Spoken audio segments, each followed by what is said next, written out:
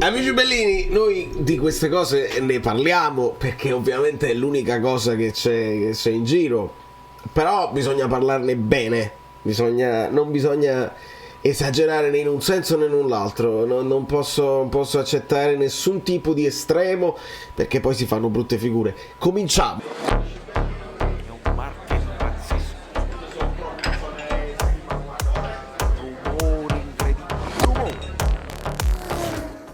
Allora, ci ho pensato un pochino perché prima di fare un video tu devi avere ben chiaro il titolo. Si parte dal titolo nei libri.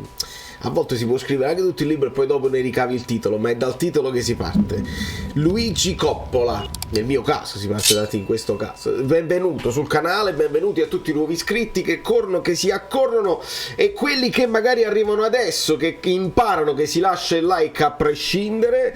Guardate com'è bello. È un po' pixelato il capitano in questa perché ho dovuto strecciare la foto tantissimo, ma lo scudetto si vede benissimo e questo sarà il nuovo sfondo dell'anno prossimo a prescindere. Poi si cambia qualcosa, non lo so. E tutti quelli che stanno ordinando dal fluido.net, un po' di pazienza perché sono arrivate tantissime richieste e alcune delle spedizioni non dipendono da me, vengono divise, arriverà la roba, arriverà, non vi preoccupate.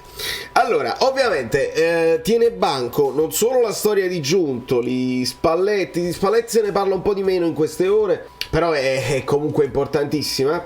E poi si dà già per fatta Kim al Manchester United, io non lo so, si cominciano a fare i nomi dei sostituti, ci sono poi dei tempi tecnici, c'è un limite di tempo nel quale la clausola vale può essere utilizzata, che se non sbaglio è a luglio, insomma è un pochino complicata da leggere, non è così semplice. Poi dobbiamo capire se Kim effettivamente...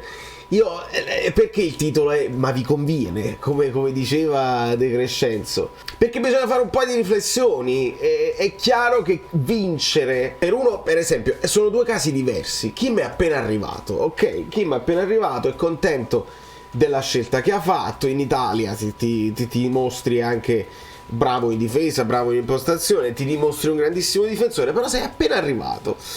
E già lasciare, certo, lasci da vincitore. Un discorso secondo me diverso vale per Giuntoli che ha fatto tutto il percorso. Quelli che sono appena arrivati, secondo me sarebbe anche una cosa strana per il Napoli rinunciarci subito.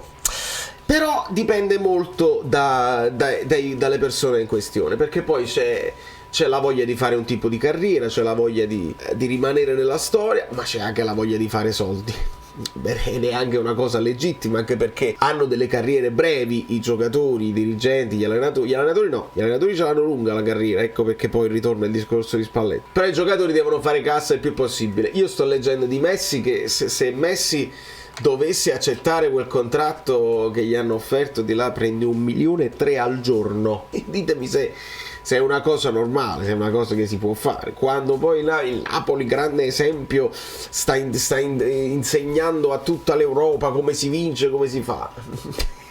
No, non ci prendono come esempio perché vincere in certi casi non è l'unica cosa che conta. Quando si fanno questi tipi di operazioni, sono operazioni politiche che spostano economie di intere paesi. Il calcio c'entra veramente pochissimo a quei livelli. Però per quanto riguarda Kim, si comincia a fare i nomi dei sostituti. Ora, io prima di tutto vi voglio far vedere una cosa con un Abraham tattico, perché oggi 9 maggio, martedì pazzesco tra l'altro,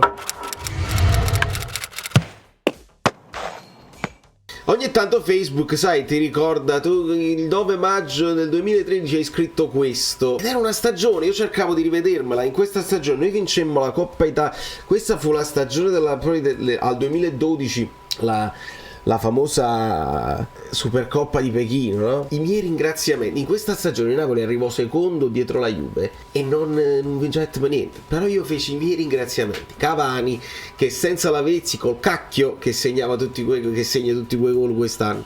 Berami, che senza Gargano il centrocampo se ne cadrà a pezzi. Gamberini, Britos, Cannavaro, che la difesa ci vuole Thiago Silva, se no andiamo in Serie B. Zuniga, che manco in Serie C giocherebbe titolare. Inler, che segnava solo solo con l'Udinese, è solo contro di noi. Pandev che se veramente era buono mica l'Inter lo vendeva a noi. Hamsik che sì vabbè ma è troppo discontinuo, a volte giochiamo uno in meno. Mazzarri che non sa allenare, non conosce altri moduli e vuole il Napoli che perda. De Laurentiis che vuole la rovina di questa squadra e ogni anno ci porta sempre più giù. E lui e tu che li hai insultati, questi sono i protagonisti di una stagione incredibile e piena di record, non dovresti mica esultare insieme a me. Vai a Castelvolturno a contestare. Questo è un secondo posto e qua vi spiega un pochino che il tifoso del Napoli non impara mai ad attendere un attimo quando è il momento di attendere e poi fare le famose considerazioni alla fine. Io adesso non vi posso parlare di Zaccardo, non vi posso parlare del DS dell'Empoli perché sì, l'Empoli lo sappiamo che tiene la cultura del lavoro e che trovano dei bei talenti, piano, perché prima di tutto non sappiamo se viene, non sappiamo ancora la storia di Giuntoli. Io a Giuntoli chiedo ma ti conviene?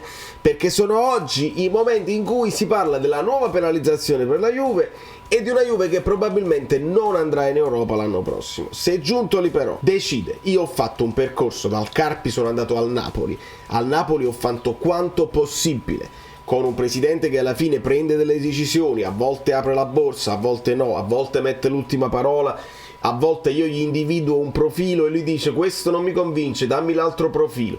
Dopo tutto questo Giuntoli è riuscito comunque a fare un capolavoro e ci ha portato dei giocatori che ci hanno fatto vincere lo scudetto. Se a Giuntoli non interessa stare direttamente nelle coppe europee, ma gli interessa costruire una Juve, ricostruire una Juve disastrata, che ha dei problemi e che deve comunque ritrovare un sistema che sia sostenibile, perché non si può sostenere che ogni anno ti compri Di Maria, Pogba, tutti i vecchi che poi non ti valgono nemmeno, allora potrebbe essere la sfida suprema.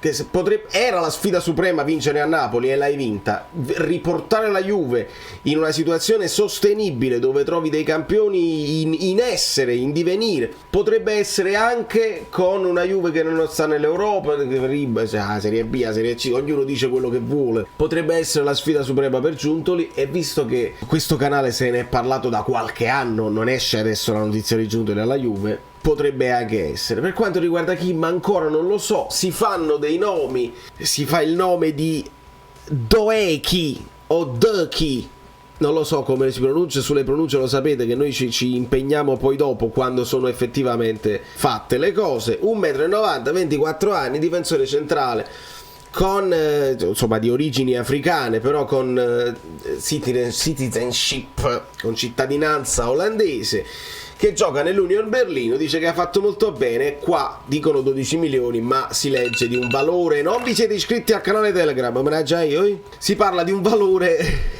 di circa 20 milioni. Poi si parla anche di un giapponese, perché ovviamente è interessante, no? Dopo il coreano, il Napoli adesso si interessa ai mercati orientali e si parla di questo qua, Hiroki Ito, lo possiamo chiamare Ito? Hiroki Ito, esatto, che insomma 23 anni, 1,88 m, comunque c'è un giocatore giapponese che gioca nello Stuttgart, e quindi due che verrebbero poi dal campionato tedesco. Il valore è un pochino più basso, ma sempre li stiamo, e quindi questa è anche una cosa sfiziosa, perché tu dici vuoi vedere che funziona anche un giapponese, non lo possiamo sapere, però voglio sapere, il tifoso dirà ancora oh che ha pigliato giapponese che non serve a niente, quando mai i giapponesi sono stati forti a livello europeo? Ci sarà calma, no? Qua a questo punto poi mi incazzo, cioè ci vorrà una calma di Giobbe, perché se Kim non lo conosceva nessuno e ha fatto questo impatto, o meglio se ne parlava già da qualche anno, però